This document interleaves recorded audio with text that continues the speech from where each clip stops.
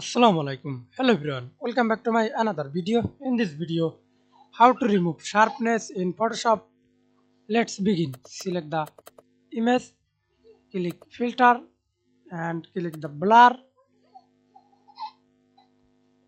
surface blur and see this reduce up to 50% or then threshold,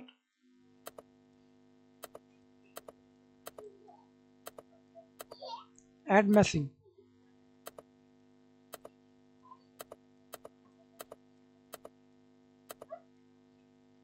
Then click OK. Now we can see this remove sharpness in Photoshop. Thanks for watching video. Please subscribe to my channel, like, comment, share.